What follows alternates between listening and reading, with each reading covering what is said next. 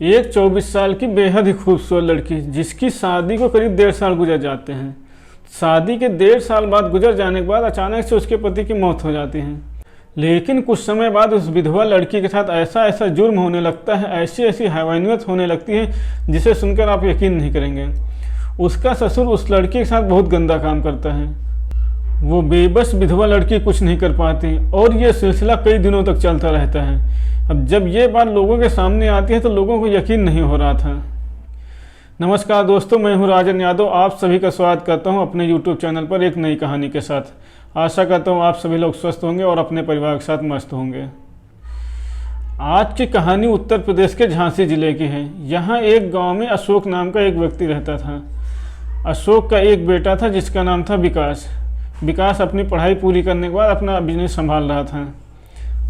तभी विकास के पिता विकास की शादी करवा देते हैं। इनकी शादी 2018 में हो जाती है। अब वो लड़की शिवानी विकास के साथ बेहद ही खुश थी। करीब 1 साल बाद शिवानी ने एक लड़की को जन्म दिया। उस लड़की के जन्म के कुछ दिनों बाद अचानक से विकास की मां की तबीयत खराब रहने लगी और कुछ दिनों बाद विकास की मां की मृत्यु हो जाती है। अब जो विकास के पिता थे वो अपनी पत्नी के गम में डूब जाते हैं। इस घटना के करीब 6 महीने बाद अचानक से विकास की तबीयत खराब होने लगती है और कुछ दिनों बाद विकास की मौत हो जाती है। विकास की जो पत्नी थी शिवानी, विकास के मरने के बाद एक तरह से बिल्कुल अकेली पड़ जाती हैं। अब विकास के घर में गम के बादल छा जाते हैं। शिवानी का रो कर बुरा हाल हो जाता है। अब जैसे तैसे 1 महीना बीत जाता है। विकास के जो पिता थे अशोक, वो अपने घर को संभालने की कोशिश करने लगते हैं। शिवानी की उम्र 24 साल थी, जवान थी, देखने में खूबसूरत थी। अभी उसके पति की मौत का 1 महीना हुआ था। एक दिन शिवानी अपने कमरे में जाती है तो अशोक उसको देखता है। अब अशोक की बुरी नज़र उस पर पड़ जाती है। अब ये बात शिवानी को पता थी, लेकिन शिवानी इस बात को इग्नोर कर रही थी। एक दिन अशोक अपने कमरे से आवाज़ देता है, शिवानी 1 कप चाय दे दो। अब थोड़ी देर बाद जब शिवानी चाय की कप लेकर उसके कमरे में जाती है तो जो देखती है उसको देखकर वो हैरान हो जाती है, क्योंकि जो अशोक था वो बिल्कुल नंगा खड़ा हुआ था। अब अपने ससुर को बिल्कुल नंगा देखकर शिवानी अपनी आंखें बंद कर लेती हैं। जैसे ही शिवानी अपनी आंखें बंद कर लेती है, उसका ससुर शिवानी को पकड़कर बेड की तरफ ले जाता है। अभी शिवानी के पति को मरे हुए 1 ही महीना हुआ था, लेकिन शिवानी का ससुर शिवानी के साथ हैवानियत पे उतर आया था। शिवानी के साथ जबरदस्ती शारीरिक संबंध बनाता है। शिवानी मना करती है, लेकिन वो मानने को तैयार ही नहीं था। जब शारीरिक संबंध बनाने का सिलसिला एक बार शुरू हो जाता है तो रुकने का नाम नहीं ले रहा था। अब इस तरह से पूरी रात वो शिवानी के साथ जबरदस्ती शारीरिक संबंध बनाता है। अब जब सुबह हो जाती है, शिवानी वहाँ से अपने कमरे में चली जाती है और अपनी बेटी को गोद में लेकर रो रही थी। अब धीरे धीरे समय बीतने लगता है। एक दिन फिर शिवानी का ससुर शिवानी को अपने रूम में बुलाता है, उसके साथ शारीरिक संबंध बनाने लगता है।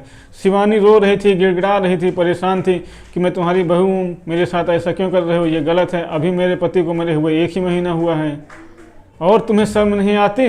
लेकिन जो उसका ससुर था वो बोलता था, तुम मुझे बहुत पसंद हो, मैं तुम्हारे साथ शादी करूँगा। अब जब ये बात शिवानी सुनती है तो वो हैरान हो जाते हैं और गुस्से में आकर वहाँ से उठकर अपने कमरे में चली जाती हैं। अब जब शिवानी उस अपने ससुर से बहुत परेशान हो जाती हैं तो एक दिन वो अपने पिता को फ़ोन मिलाती हैं और अपने पिता से कह के एक घर किराए पे लेती हैं। अब शिवानी अपनी बेटी के साथ उस किराए के घर में शिफ्ट हो जाती हैं और वहीं रहने लगते हैं। ऐसे धीरे धीरे करके वहाँ पर 3 साल का टाइम बीत जाता है। एक दिन शिवानी की बेटी स्कूल से वापस आ रही थी। जब वापस आके अपने घर में आती है तो शिवानी को बताती है कि रास्ते में मुझे अपने बाबा मिले थे।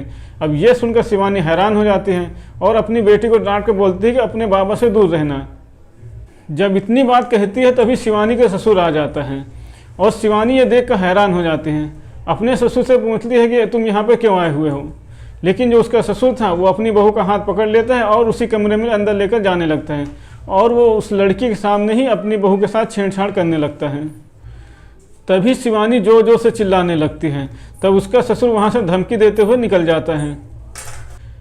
अब शिवानी परेशान थी कि उसका ससुर यहाँ भी आ गया।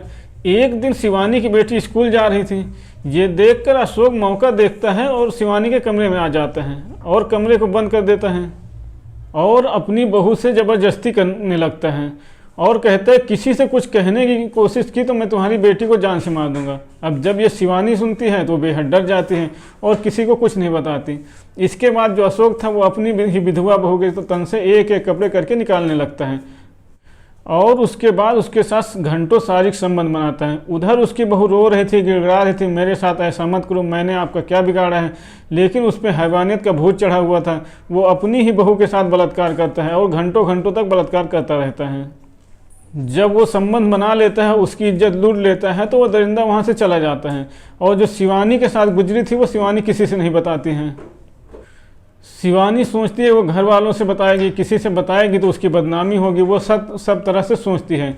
लेकिन एक दिन जब ऐसा रोज़ रोज़ होने लगा, पानी सर से ऊपर हो जाता है, तो सीधे पुलिस स्टेशन जाती हैं और वहाँ जाकर FIR लिखवाती हैं कि मेरे ससुर मेरे साथ ज़बरदस्ती करते हैं, मेरे साथ शारीरिक संबंध बनाते हैं, और जब मैं मना करती हूँ तो मैं धमकी देते हैं, मुझे न्याय चाहिए। अब पुलिस FIR लिखती है और उसके घर आते हैं। अब अशोक से पूछताछ करते हैं। जब पुलिस अशोक को लेकर थाने जा रही थी, उसी टाइम गांव के मुखिया वहां आ जाते हैं और पुलिस को समझा बुझाकर वापस भेज देते हैं। अब गांव के प्रधान गांव में पंचायत बुलाते हैं। पंचायत में औरत भी थी, अशोक भी थे और मुखिया भी थे। वो मुखिया बोलते हैं अशोक को इस बार इसकी गलती के लिए माफ़ कर दिया जाए, आगे से तुमको ये परेशान नहीं करेगा। अब वो विधवा महिला अपनी ज़िंदगी हंसी खुशी गुजारने लगती है। एक दिन अशोक ने देखा शिवानी अपनी बेटी के साथ अपने कमरे में सो रही हैं। वो दरवाज़ा खटखटाता है। अब रात में दरवाज़ा खटखटाने की आवाज़ सुनकर शिवानी डर जाती हैं। वो सोचती है इतनी रात में कौन होगा। तभी वो गेट के पास देखती है तो उसका ससुर सामने खड़ा हुआ है।